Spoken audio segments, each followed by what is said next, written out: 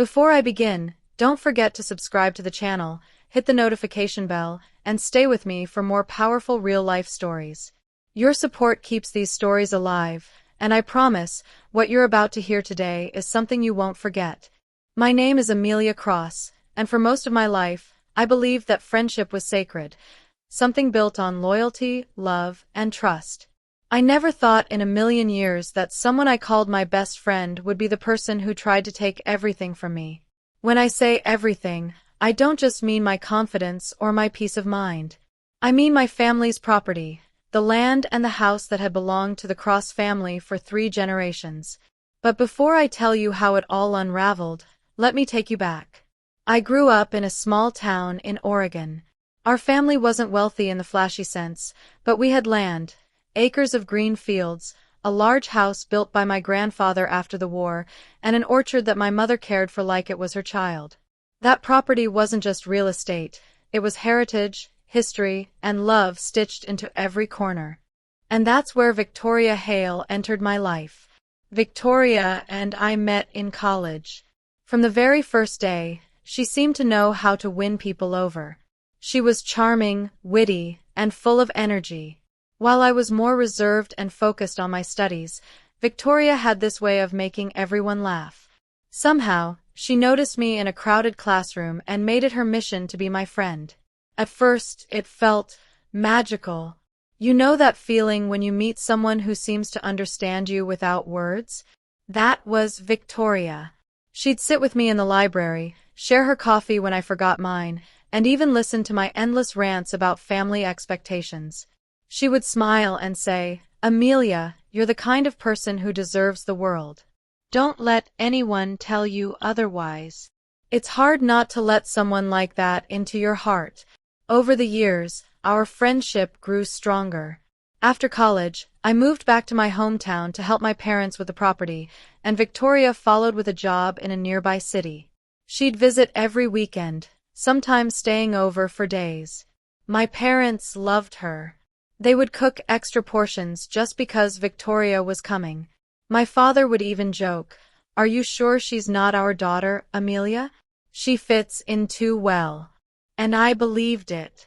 I believed every laugh, every hug, every story she shared late at night when we whispered in my room like we were teenagers again.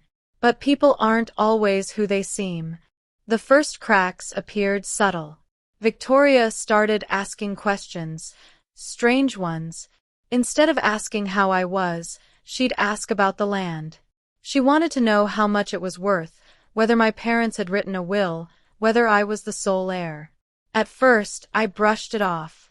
She was my best friend, after all. Maybe she was just curious. But as time went on, her curiosity grew sharper, almost calculating. One evening, as we sat on the porch watching the sunset, she leaned closer and said, "Amelia, do you ever think about selling this place? I mean, look at the market right now. You could make millions. You could travel, live in the city, have everything you want." I laughed nervously. "Victoria, this isn't just property. It's home. I could never sell it." Her smile faltered for just a second, then returned, bright and fake. "Of course. I was just saying, imagining the possibilities." But something in her tone bothered me. It was too rehearsed, too polished. I had this gut feeling that she wasn't just imagining. She was planning. Weeks went by, and my parents' health began to decline. My mother had arthritis, and my father had heart problems. I became their primary caretaker, juggling my work and the farm responsibilities. Through it all, Victoria was always there, or so I thought. She came over often, but instead of helping, she asked more questions about inheritance, about legal documents, about bank accounts. One night, after my parents had gone to bed, she poured herself a glass of wine and sat across from me in the kitchen. She twirled the glass in her hands and asked, "So, Amelia, do your parents have everything in writing? You know, wills can be messy if families fight over them." I frowned. "Why would we fight? I'm their only child. There's no one else." Victoria's eyes glimmered and she said softly, Exactly. Which means someday, all this will be yours. And that's a lot of responsibility for one person. I didn't like the way she said it. Like she wasn't talking about me, but about herself. Things took a darker turn when my father suffered a mild heart attack. While he recovered, my mother insisted we start sorting through important documents, just in case. It was painful, but we did it together. My parents explained everything clearly. The land, the deeds, the bank accounts. And yes, everything would come to me, as the only heir. I thought nothing of it at the time, but Victoria was around during those discussions. She pretended to help file papers, but I noticed how closely she paid attention. Too closely. A week later, I discovered something that made my blood run cold. I went to retrieve one of the documents my father needed for a checkup, his insurance papers. When I opened the cabinet where we kept everything, I noticed a file was missing. Panicked, I searched the house for hours, turning drawers inside out. Finally, I found it shoved at the back of Victoria's overnight bag, half hidden under her clothes. At first, I told myself it had to be a mistake. Maybe she picked it up accidentally. But then I saw another envelope in her bag, copies of the land deed, with my family's name bold across the top. She had no reason to have those. None. When I confronted her, she didn't even flinch. "Amelia," she said with a sugary smile, "you're overreacting. I was just keeping them safe for you. I didn't want them to get lost." But my stomach churned. The way she looked at me, the way she brushed it off, it wasn't the face of a friend. It was the face of someone who was already imagining herself in my place. From then on, I couldn't unsee it. The way she lingered around the property, touching the walls of the house like she was memorizing them. The way she slipped into conversations with my parents, asking about their past, their dreams, their struggles, always circling back to the land. She started making suggestions too, like, "Amelia, you should let me help manage things. I'm good with numbers. Maybe I could handle the paperwork, free you up a little." But I refused.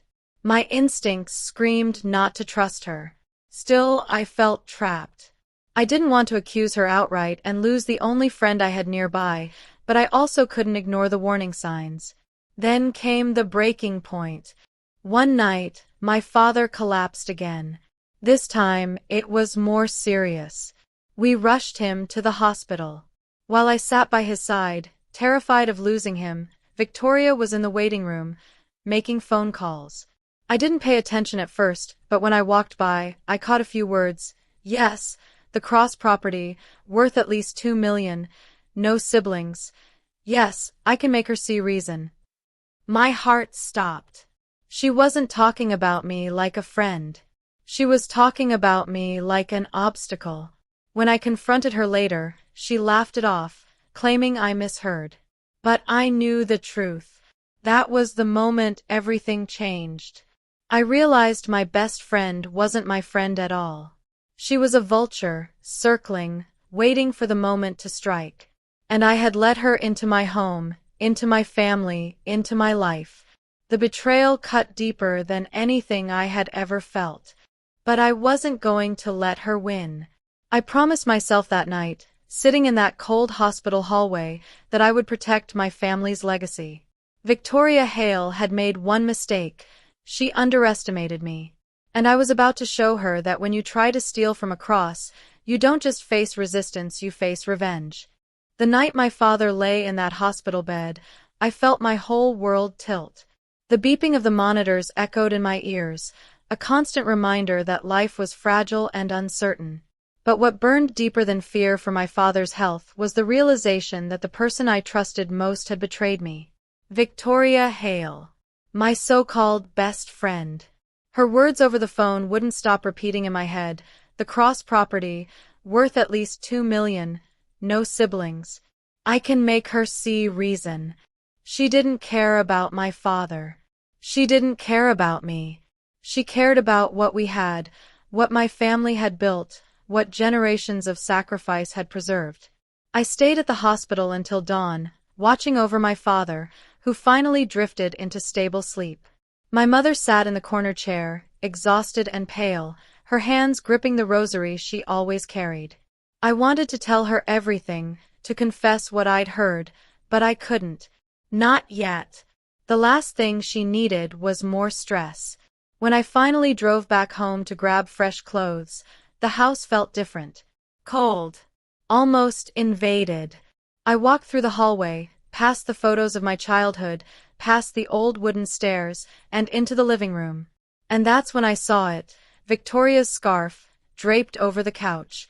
She had been here while I was gone. I clenched my fists. What was she doing here? What else had she taken? I rushed to the cabinet where we kept important documents.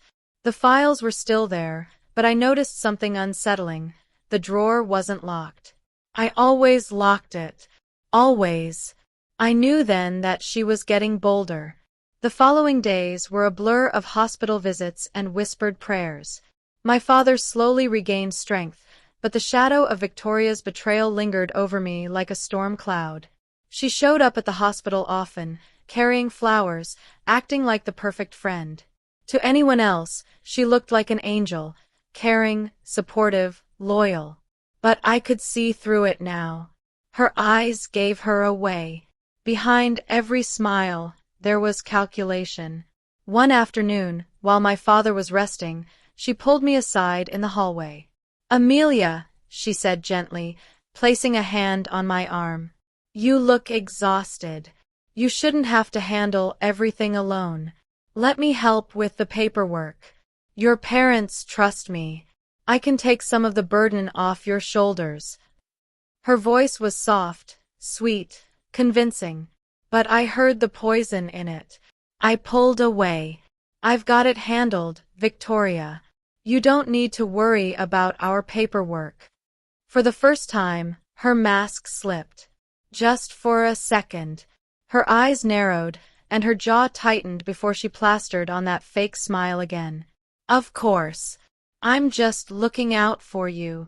But in that moment, I knew she wasn't going to stop.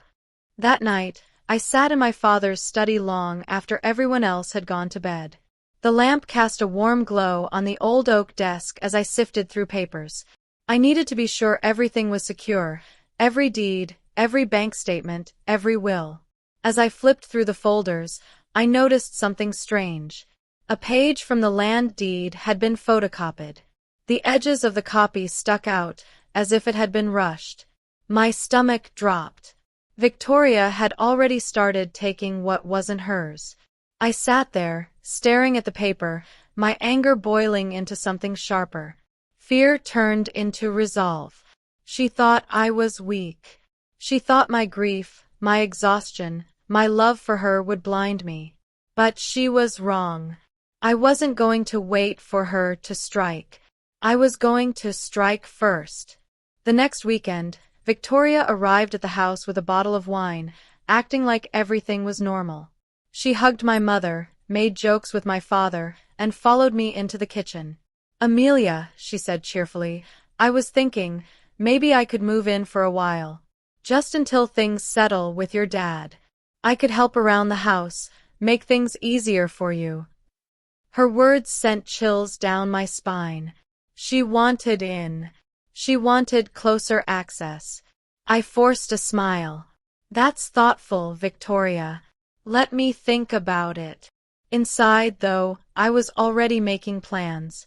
The turning point came a few days later. I was in town, picking up groceries, when I overheard Victoria's voice. She was sitting in a cafe, speaking in low tones to a man I didn't recognize. I lingered by the doorway, hidden from view, straining to listen. "Once it's transferred, I'll handle the sale." She's too naive to notice. All I need is her trust, just a signature here or there. The land alone will fetch millions. My chest tightened. Rage coursed through me. She wasn't just thinking about it, she was planning it. I left before she could see me, gripping the grocery bag so tightly the handles tore. My heart pounded, but beneath the fury, a new fire lit inside me. This wasn't just betrayal. This was war. I spent the next week quietly preparing. I contacted our family lawyer, Mr. Green, a stern but kind man who had known my parents for decades. I explained everything: Victoria's questions, the stolen documents, the overheard conversations. He frowned, rubbing his chin thoughtfully. Amelia, you need to be careful. If she's trying to manipulate you into signing something, we can set up safeguards. Power of attorney, extra witnesses for any legal papers, that sort of thing. I nodded. Do whatever it takes. She's not getting her hands on our property. Mr. Green agreed, but then leaned closer. If she's as cunning as you say, we may need to let her believe she's winning, until we have enough evidence to expose her. The idea chilled me, but I knew he was right. If I pushed too hard, she'd disappear into the shadows and strike another way. I needed to play along, just enough to trap her. So I began to act differently around Victoria. I forced myself to smile when she visited, to accept her help with small things, to laugh at her jokes. I gave her the illusion of trust. And she ate it up. She started spending more time at the house, hovering around my parents, ingratiating herself deeper into our lives. My mother adored her, my father trusted her, and to the outside world, we looked like inseparable friends. But beneath the surface, it was a chess game. She thought she was moving her pieces carefully. But so was I. One evening, as we sat together in the living room, she brought it up again. Amelia, she said softly, you should think about the future. Your parents won't be around forever. Managing all of this on your own, it's a lot. You need someone you can rely on. Someone who cares about you. She looked at me with those piercing blue eyes, full of feigned sincerity. I tilted my head, pretending to consider her words. And you think that someone is you? Her smile widened. Of course. I've always been here for you. You can trust me. I wanted to scream, but instead, I forced a shaky laugh. Maybe you're right. Maybe I do need help. The satisfaction on her face was almost unbearable. But inside, I whispered to myself, not for long, Victoria. Not for long. The first step of my plan was simple.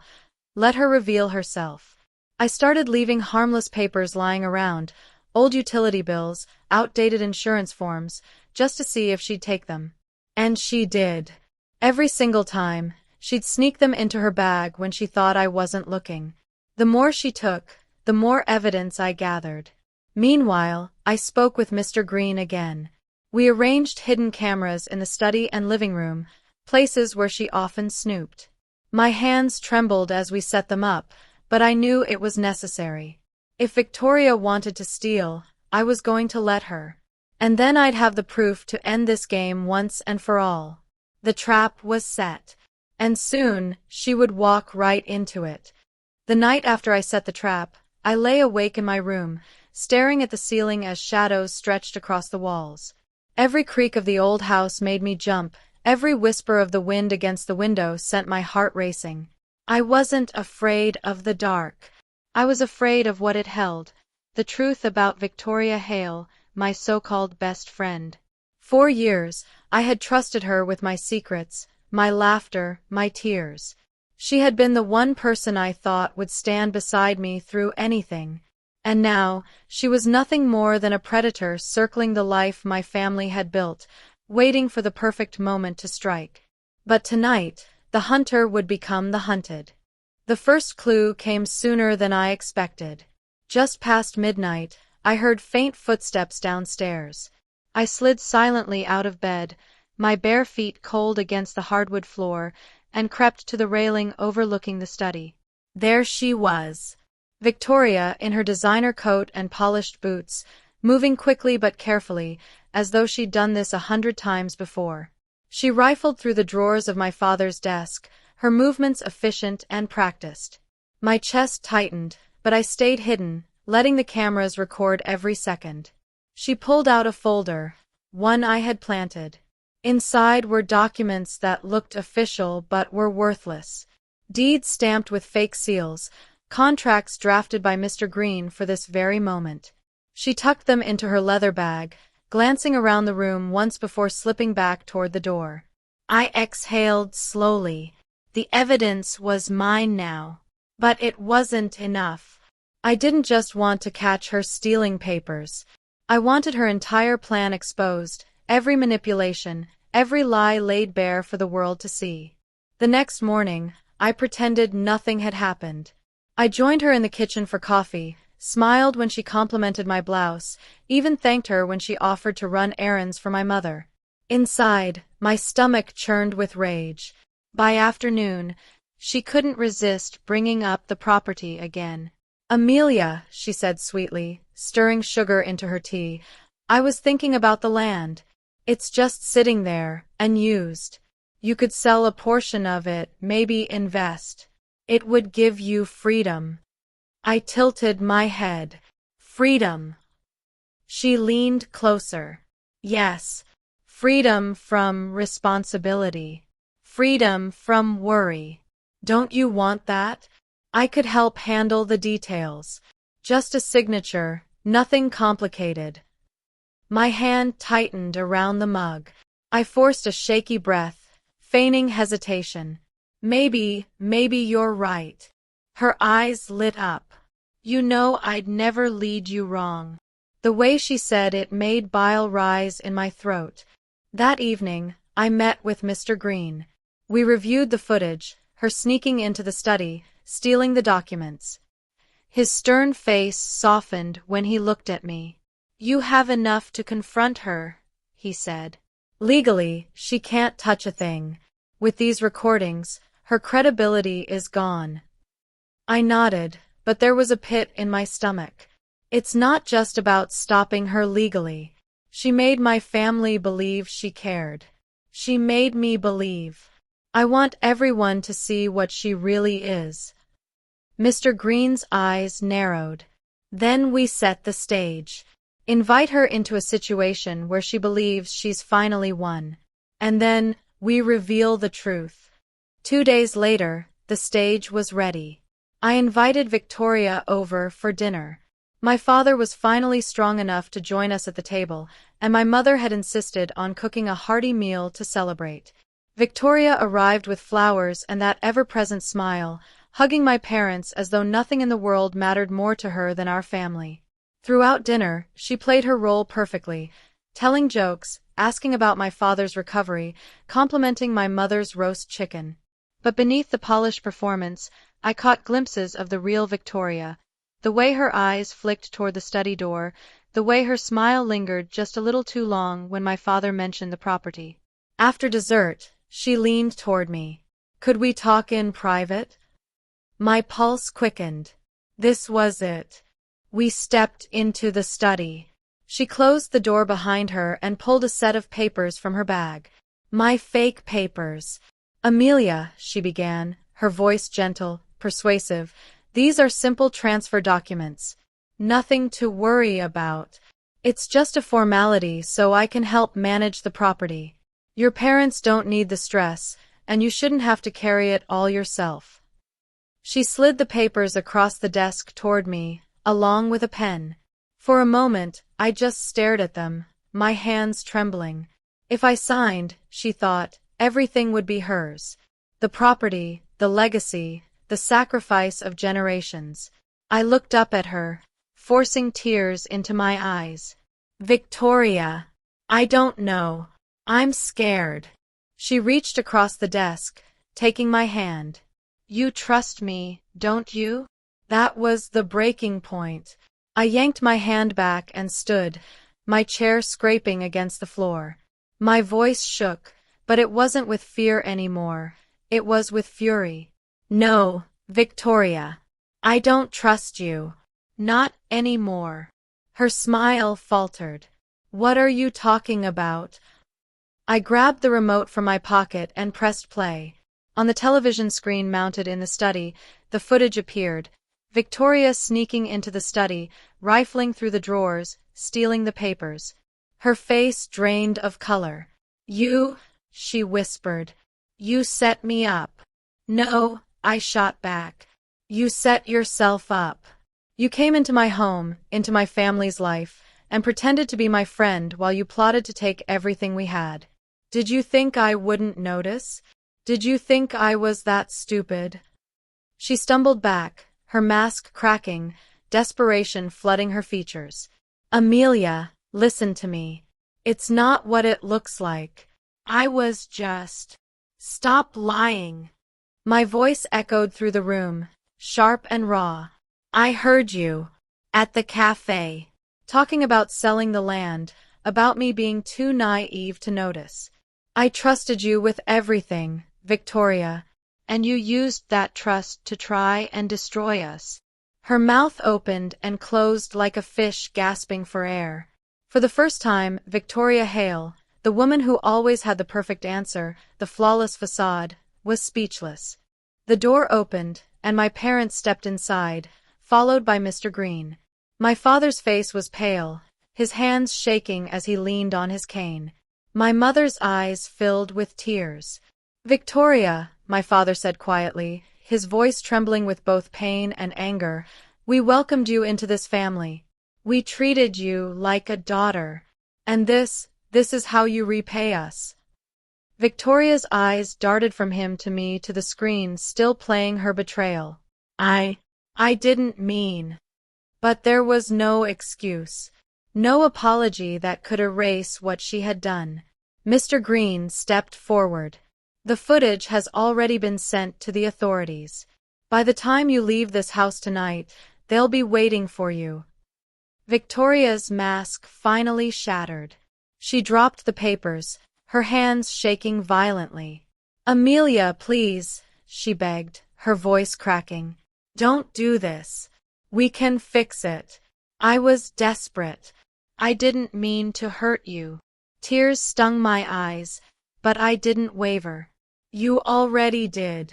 You hurt me the moment you decided my family's legacy was worth more than our friendship. The sound of sirens grew louder in the distance. Victoria's face twisted, rage, fear, and heartbreak all colliding in a single moment. And then, without another word, she bolted for the door. Police officers intercepted her before she could reach her car. The image of her being led away, her wrists in handcuffs, her eyes filled with bitter hatred, burned into my memory. For the first time in weeks, I felt a strange, quiet relief. It was over. The days that followed were surreal. Neighbors whispered, news spread, and suddenly everyone knew the truth about Victoria Hale. The woman who had seemed perfect, who had charmed everyone she met, was nothing more than a thief. But for me, the hardest part wasn't her betrayal. It was the memories. Every laugh we had shared, every secret whispered late at night, every promise of forever, it all felt poison now. One evening, as the sun set behind the hills, I sat with my father on the porch. He looked at me, his eyes weary but proud. You protected this family, he said softly. You stood up when it mattered most. That property, that land, it's more than money. It's who we are. And you made sure no one could take that away. I swallowed hard, blinking back tears. I just wish it hadn't been her. He placed his hand over mine. Sometimes the people closest to us are the ones who hurt us the most. But you learned something important, Amelia. You learned how strong you really are. Weeks later, I walked the boundary of our land, the rolling fields, the tall oaks, the creek that shimmered under the afternoon sun. It was still ours. Safe. Protected. I thought of Victoria then, sitting in a cell, her charm wasted on guards who saw right through her. Once, I would have given anything to keep her in my life. Now, I knew better. I whispered into the breeze, as though she could hear me, you could have had my friendship forever. But you chose greed. And now you have nothing. The wind carried the words away, scattering them like ashes. And with that, I finally let her go. That night, as I locked the study and placed the real documents back in their drawer, I realized something. The betrayal had cut deep, but it hadn't destroyed me. I was still here. My family was still here. And the legacy Victoria tried to steal would endure long after her name was forgotten. For the first time in months, I slept without fear. The storm was over. And I had survived.